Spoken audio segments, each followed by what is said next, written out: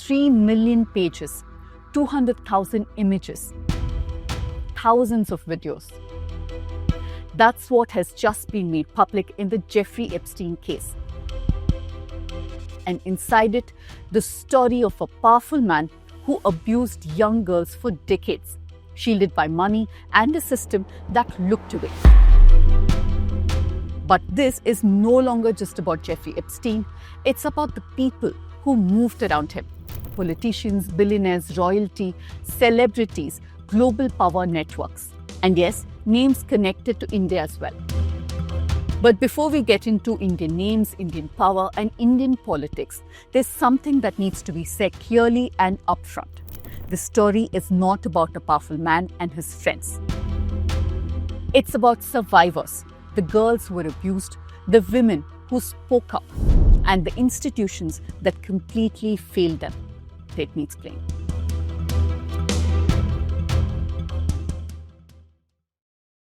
Now, before we get into today's episode, I want to share something special with you.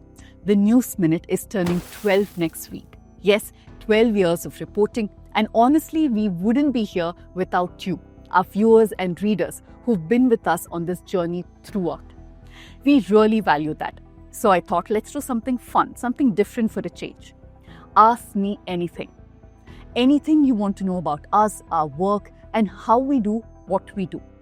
So write to me at lme@thenewsminute.com with your questions, and I'll answer them in a special episode. And like I always keep reminding you, we need you to keep supporting us. So you can scan the QR code on your screen or click the link in the description and pay any amount of your choice to keep the show going.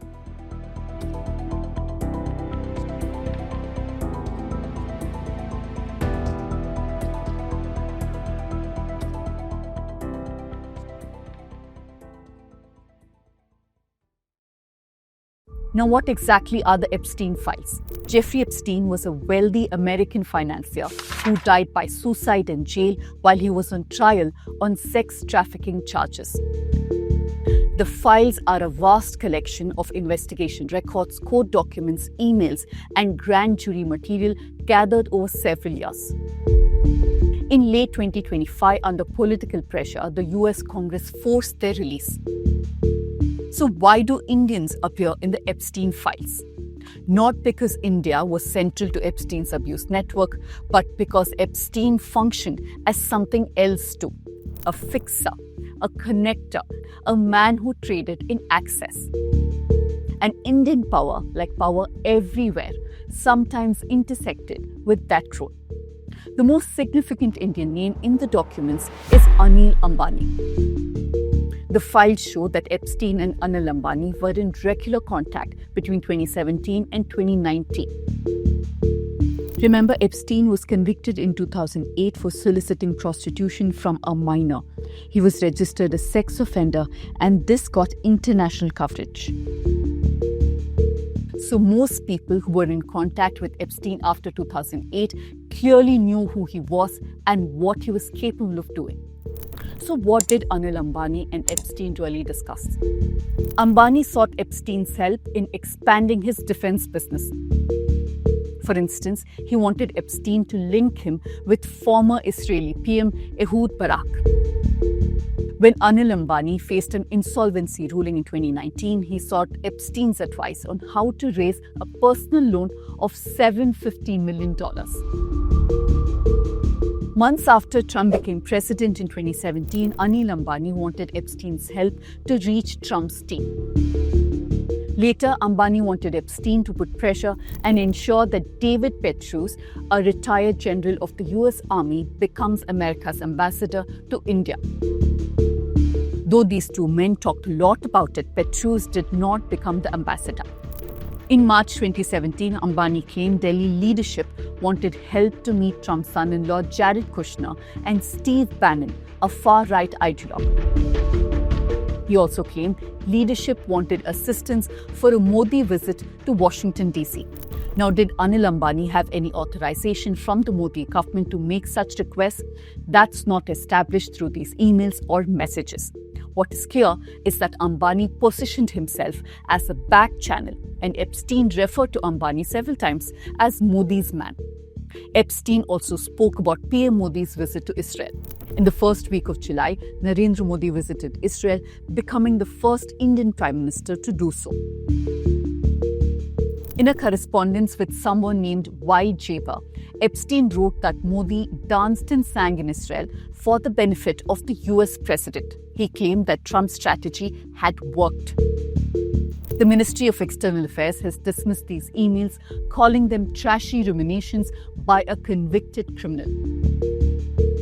Emails also show Epstein using sexualized language in conversations with Anil Ambani and also inviting Ambani to his island.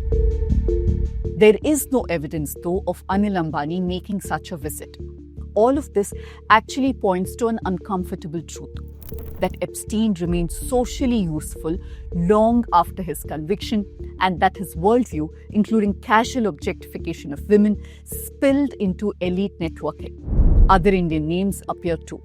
One of the most discussed names is Hardeep Singh Puri, now India's Minister for Petroleum and Natural Gas.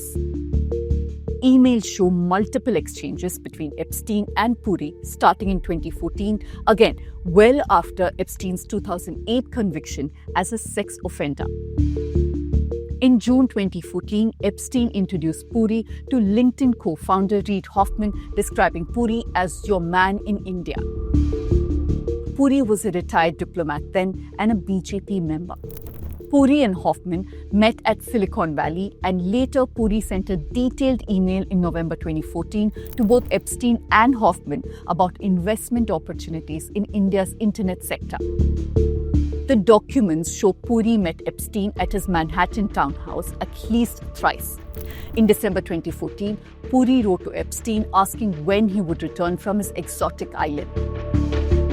When the Wire asked Puri why he used the word exotic, he said he may have merely repeated an adjective someone else had used.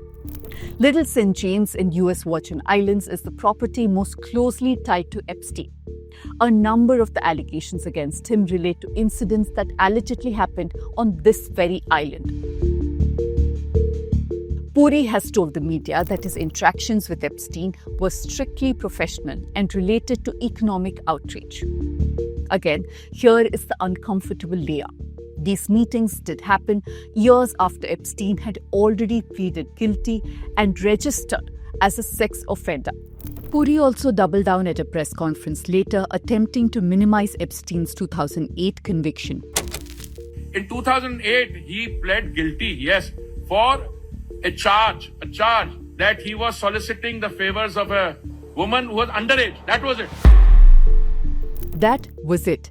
The union minister is saying, essentially reducing a conviction for abusing a child to a vague description of soliciting the favors of an underage woman.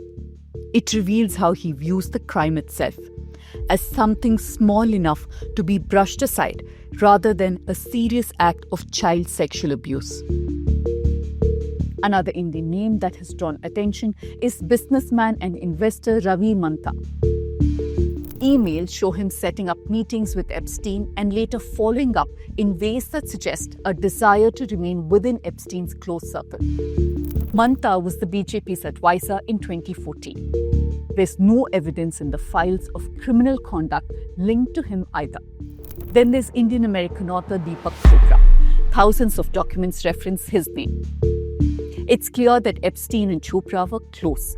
Their conversations move into deeply uncomfortable territory. There's pseudo-scientific language, sexualized banter, and objectification of women. At one point, the man who peddles spirituality for a living says God is a construct. Cute girls are real. Of course, revolting conversation is not the same as evidence of trafficking or abuse. Chopra, on his part, has denied any involvement in any criminal or exploitative conduct.